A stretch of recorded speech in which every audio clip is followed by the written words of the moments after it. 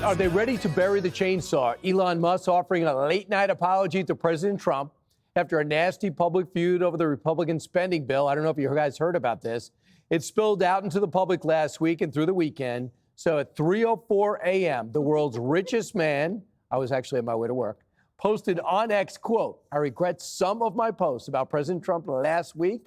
They went too far." President Trump is responding to his former first buddy apology, saying he told the New York Post this. I thought it was very nice that he did that. And check out what the president told Miranda Devine about the broken bromance. Watch this. Look, I have no hard feelings. I was really surprised that happened. He went after a bill that's phenomenal. You just didn't I think get he that. feels very badly that he said that, actually. Things like that happen. I don't blame him for anything.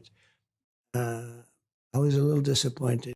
A little disappointed. He wants to take back some of the tweets. Sandra, what do you think about this? We got to this point now where everyone's settled down. It looks like Susan Wiles and J.D. Vance put a call into Elon, who called the president. And apparently that was very effective. Yes. I think there's probably people who are watching this play out who said they saw it coming, that there eventually would be a feud. And perhaps those same people are saying they're making up. And we saw that coming too. I don't know. We'll see where they go with this. But these are obviously could be seen as softened words in a stance towards President Trump from Elon Musk, that perhaps he did go too far. I think his popularity may have taken a hit with the Republican Party as a result of trying to beat up on President Trump. There was a real world market reaction. You know that, right? As this was all sort of, as Elon Musk was starting to walk back some of this, saying he might have gone too far, the market rallied, Tesla shares rallied. There were some people happy to see this. So where tomorrow brings us, I don't know. So what tweets do you think he wants to walk back? The Epstein thing? The Do you think that one? saying that I'm going to decommission the Dragon spacecraft? I mean, do you think he wants to? Yeah, I mean, all of them or some of them? You got to be clear. Right. Do I think they're going to be sitting next to each other while Trump blows out his birthday candles after the military parade? No. But There could be a cooling, and they could appear together, and then that'll be a big deal. Then it'll wipe everything the Democrats are doing out of the news cycle. But I don't think Trump trusts him fully. He thinks he might be on drugs, and it's hard to come back from something like this. But it is interesting, as you mentioned, who brokered it. So you got Susie Wiles because she wants to keep the House, and Elon promised, I think, $100 million to keep the House. And then J.D. Vance, who needs Musk's money if he wants to run for president in 28. So that was key. But remember what the Democrats said. Before the fight, they said Elon was co-president. Wrong. They said Trump was going to pay him back in the big, beautiful bill. Wrong. And then after the falling out, they said Trump was going to deport him or murder him. Wrong. Or they said Elon was going to donate to Democrats. I don't think so. or start his own party. Right. Jessica Rokana came out and said, "We would like you back, Elon." Are you surprised Elon didn't go back to the Democrats? It's a long courtship. We're in it, we have 4 years. You want him back? No, I want his money. Yeah. You want Nazi money?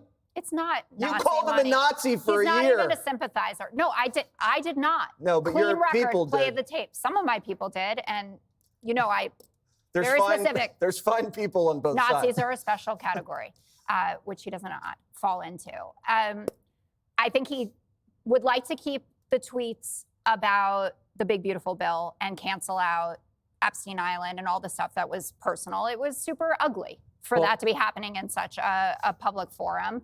And I think that Trump's response from the beginning, being so muted, spoke to two things. One, how he was genuinely shocked and hurt by it. Like, there was no expectation that was going to happen. They had just had that, nice sending off ceremony. And then apparently that meeting, the New York Times was reporting that this really came to a head because Musk wanted his pick to head up NASA. And Trump was told that the guy gave some money to Democrats. And so he, it was impossible that he could be good at that job, which I think is totally crazy. But the other element of this is that I think that both of them realize that the other can really hurt one another. So Elon Musk can use money against him. He can start, not giving them his rockets and all of that. And he has a lot of secrets that he's storing in his hair about them, to make a Mean Girls reference. And Donald Trump can cancel his government contracts. He's already going to be hurt by the big, beautiful bill dramatically because of the cuts to EV credits.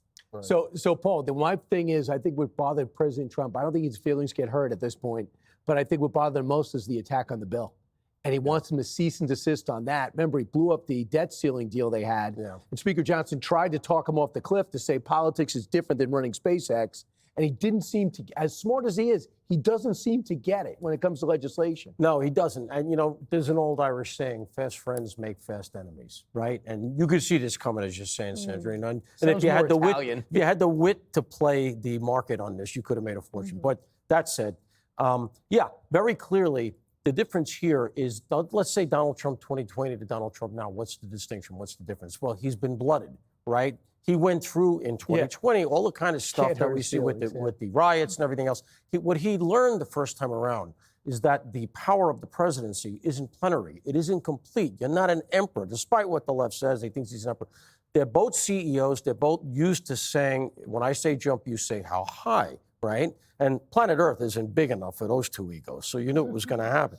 But bottom line is, Musk, I don't think, has internalized what Donald Trump has, which is Trump is the guy who has to go out and actually do it. It's a little bit like the coach telling the players what to do, right? Like Mike Tyson said, everybody's got a plan until they get punched in the face, right? So Trump here's the plan. Musk wants the perfect bill. He wants it to do everything he wanted. But Donald Trump has to be more practical. He's got the big seat. He's the one who has to make it work. So I think of the two big CEOs here, Trump is the one who's being a lot more practical. And I think that's come around to Musk after he came off of whatever that bender was. I'm not sure. I don't think the president has much patience for drinking, smoking, and drugs. Well, which is a good thing, because we were going to get a moment here. I love you, man.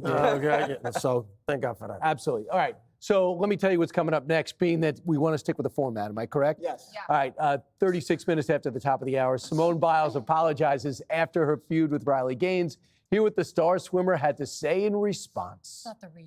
Click here to subscribe to the Fox News YouTube page to catch our hottest interviews and most compelling analysis. You won't get it anywhere else.